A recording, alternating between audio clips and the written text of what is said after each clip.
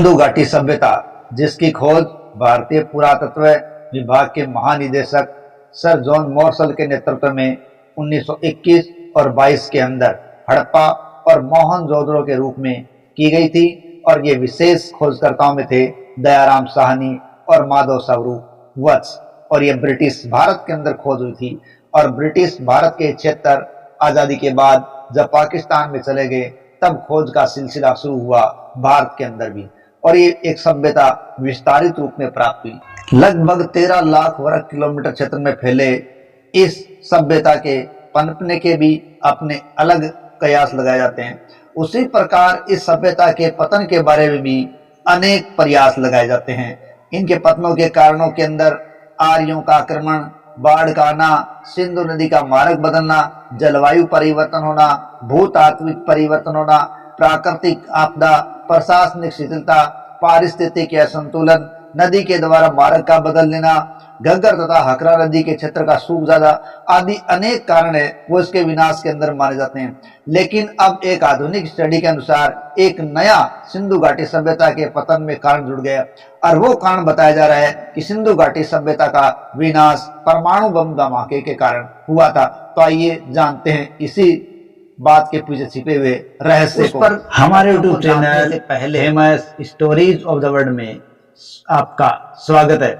आज की हमारी जो परमाणु बम की थ्योरी है सिंधु सभ्यता के विनाश के बारे में, उससे पहले कुछ इस सभ्यता के कुछ बैकग्राउंड के बारे में थोड़ी सी जानकारी कर लेते हैं। देखिए, ब्रिटिश काल के भारत में 1861 में ASI archaeological survey of India नामक विभाग का गठन किया गया था और अलेक्जेंडर कर्निंघम को इसका निदेशक बनाया गया था। दरअसल अलेक्जेंडर कर्निंघम ब्रिटिश फौज के एक अफसर थे और पुरातत्व का इनको शौक भी था। कर्निंघम ने चार्ल्स मेसन की पुस्तक पढ़कर और अधिक जानकारियां प्राप्त की थी।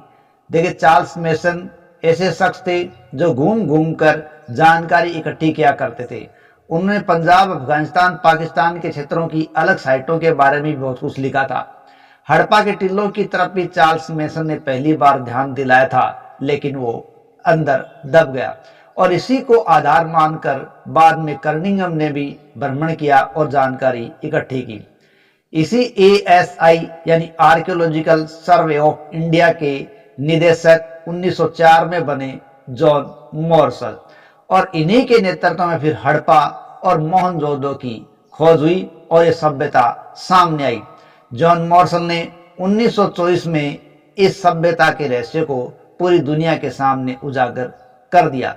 यह सभ्यता सिंधु नदी के किनारे मिली थी, अतः इसे सिंधु नदी सभ्यता, सिंधु घाटी सभ्यता या इंडस वैली सिविलाइजेशन का नाम दिया गया था। यह सभ्यता आज से 3500 साल से भी अधिक पुरानी मानी गई और यह सभ्यता भारत का पहला नगरीकरण भी माना गया, क्योंकि ये नगर बड़े सुव्यवस्थित तरीके से बसे हुए थे। यहां तक सुव्यवस्थित थे कि आधुनिक क्षेत्र भी इस प्रकार के कहीं कहीं तो सुव्यवस्थित नहीं है। साथ ही पुरातत्ववेताओं ने यहाँ की सामाजिक, धार्मिक, आर्थिक, राजनीतिक व्यवस्था के बारे में भी जानकारी जुटाई, शिल्प कला के बारे में भी जानकारी जुटाई और ये सब भी यहाँ पूर्ण सुव्यवस्थित तरीके से पाया गया, इसलिए इसे पहला नगरीकरण का नाम दिया गया। तो इस प्रकार ये सभ्यता पनपने, इसके विकास, इनके अलग अलग पक्षों को जानकारी प्राप्त की गई। फिर इसके बात आई विनाश की। तो इन्हीं विकास में हमने काफी विनाश की बातें देखी हैं और अब जो नई थ्योरी निकल के आई है वो थ्योरी हम बात कर रहे हैं परमाणु न्यूक्लियर थ्योरी से। देखिए, दावा किया जा रहा है कि मोहनजोदड़ो आज से लगभग 3500 साल से पहले न्यूक्लियर बम विस्फोट अर्थात परमाणु बम विस्फोट से समाप्त हो गया था और इसके पीछे भी अलग अलग दावे हैं। देखिए, परमाणु बम वाली जो थ्योरी है वो एक नई थ्योरी है और वो कॉन्स्पिरेसी थ्योरी है और ये बताया जा रहा है कि ये जो परमाणु विस्फोट का दावा कर रहे हैं वो एक कॉन्स्पिरेसी थ्योरिस्ट है। उन्होंने कहा है कि परमाणु धमाके से 3700 साल पहले मोहनजोदड़ो का विनाश हुआ था और ये थ्योरिस्ट अमेरिका के हैं। इनका नाम है बिली कार्सन, जो फर्स्ट क्लास स्पेस एजेंसी के CEO हैं। उन्होंने कहा है कि पृथ्वी पर जो मानव सभ्यता है वो एलियन देवताओं के एक जाति के द्वारा स्थापित की गई थी और उन्होंने ही इसे संशोधित भी किया।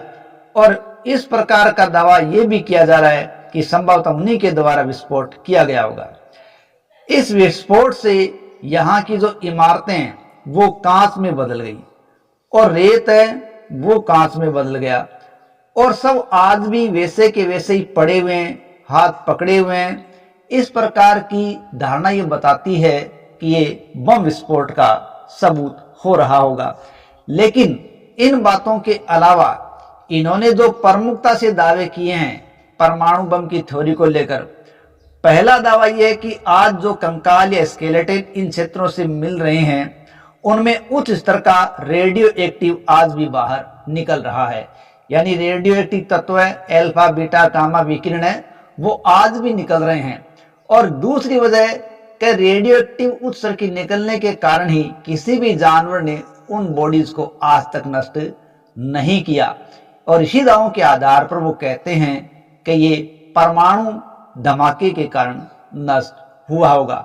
इस प्रकार इस सभ्यता के विनाश में एक नई थ्योरी परमाणु बम विस्फोट की जुड़ गई है।